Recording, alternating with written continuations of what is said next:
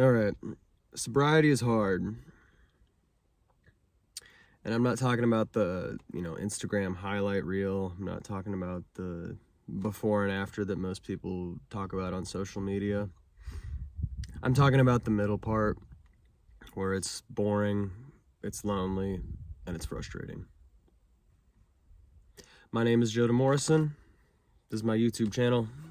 I'm calling it The Work. And today's video is for entertainment purposes only.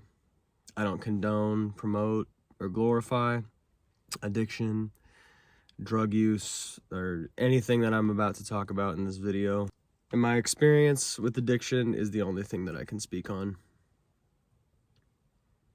So I'm going to speak on it. My purpose in sharing this with you is not because I want pity.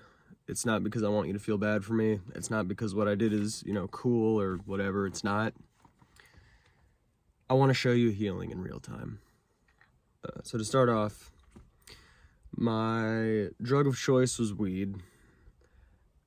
And before anyone says, oh, it's just weed, it's not that serious, it was. It ruined my life. It led to me making a lot of bad decisions. It caused a lot of problems for me. And before anyone, accuses me of being anti-weed, I'm pro-legalization. I think there's a lot of benefits to weed being legalized. I'm just not somebody who can use it responsibly, and that's on me. That's not on weed. My decisions with addiction were based in anger, trauma, and just a lot of things that I've been through, because I've dealt with a lot. I've had a difficult childhood. I've been through a lot of really traumatic situations throughout my teen years and my adult life. I also have a lot of mental health issues, and all of those things were what fueled my addiction with weed. I didn't have healthy tools for a lot of my life, so not having healthy ways to deal with things would just lead to me choosing addiction, because it was the only thing that felt like it could quiet all of the noise in my head at times. And again, I can only speak to my experience, but societally, men are just told to deal with their feelings and not really talk about them. And I don't think this is an uncommon experience for men, especially men who've been through trauma, who've been through some stuff. I'm just hoping that I can show you healing in real time through sharing this. So the night that I want to talk about is the night that got me to seek help. At this point in my life, I was getting greened out every single morning. I would wake up, I had a dab pen, I would feed my cat, and then I'd go, do what I needed to do to where I felt like I could make it through the day. And then I would go to work like that. I'd go, anywhere I was, I'd just be completely greened out. And I would do this for weeks on weeks on weeks, every single day in, day out. I was going through a dab cart like every 2 to 3 days. This day in particular, I went to work. I was a waiter at the time, and some of the people that I talked to on my shift, for whatever reason, they just kind of reminded me of some people that were tied to a lot of my trauma. So it brought up a lot of past feelings of anxiety, and it was all the little triggers that bring out the worst parts of me. That night when I got home, the first thing I did was feed my cat Phoebe, because she's my baby. Then I continued my ritual of getting fucked up. It led to me getting super paranoid that night. And this is like more than I'd usually get paranoid. I was pacing around my apartment. I could feel eyes on me. I felt like I was going to be attacked. I was seeing limbs reaching at me from around corners, hearing footsteps and, voices that weren't really there. I was in a pretty bad place, and the anxiety that was in me was just horrible.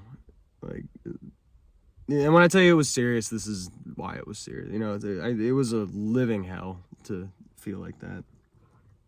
So as I'm pacing around my apartment, at one point I walk up to my mirror, and I recognize that there's a person in the mirror, obviously. In the mental state that I was in, I lashed out in the only way that made sense. And it ended with me smacking my head against the mirror really, really hard. Like, to the point where it made me dizzy. The thing that pulled me out of it was my cat. She started walking between my legs and was like headbutting my ankles, and she was like wrapping her tail around me and trying to get my attention, you know? And at that point, you know, once I had kind of realized what I had done, I was still in it, but it pulled me out just enough to where I was like, I need to not be here right now. So I ended up grabbing my dab pen, and then I walked around my neighborhood for the next few hours until the point where I was just exhausted. And then when I got home, I just fell into a deep, dreamless sleep. So in the following morning, I wake up, and it had just sunk in, like, how deep I was in this and just how I had no control over this addiction. I had no control over how I was acting in that state. So I ended up reaching out to my family and telling them that I needed help. And they've been helping me get help. I'm in with my therapist and my psychiatrist very frequently. I've been sober fully for about 2 months now. And it's difficult. This is the part that I don't see very many people talking about. It is lonely. It's boring. It is frustrating. Because to me, weed was the only thing that could quiet all the noise that was in my head. And then being forced to live like this, it's just very difficult to deal with when you don't have healthy coping mechanisms. But I'm not sharing that for pity. I'm sharing that because I want to show healing in real time. Every day I feel this miserable, lonely, frustrating feeling is a day that gets me closer to being the best version of myself. Because I have so much that I want to do with my life. You know, I want to build this YouTube channel to the point where it's a full-blown community where we keep it real. You know, we have real conversations about difficult things. We lift each other up and we support each other on our journeys. Because it's not just about me. I can only speak to my life experience because it's the only life I've lived. And I can't speak to anything I haven't lived. I make music, I write horror stories.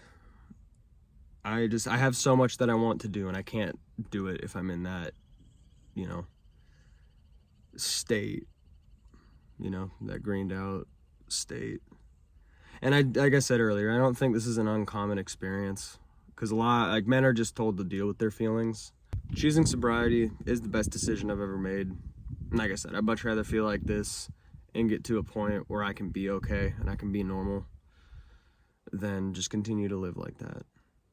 And I hope that in sharing this, you can see that you can do it too. Because it's not about me, it's about us. It's about building a community. It's about keeping it real. So if you made it through the whole video, thank you for watching. I appreciate you being here. My name is Joda Morrison. This is The Work.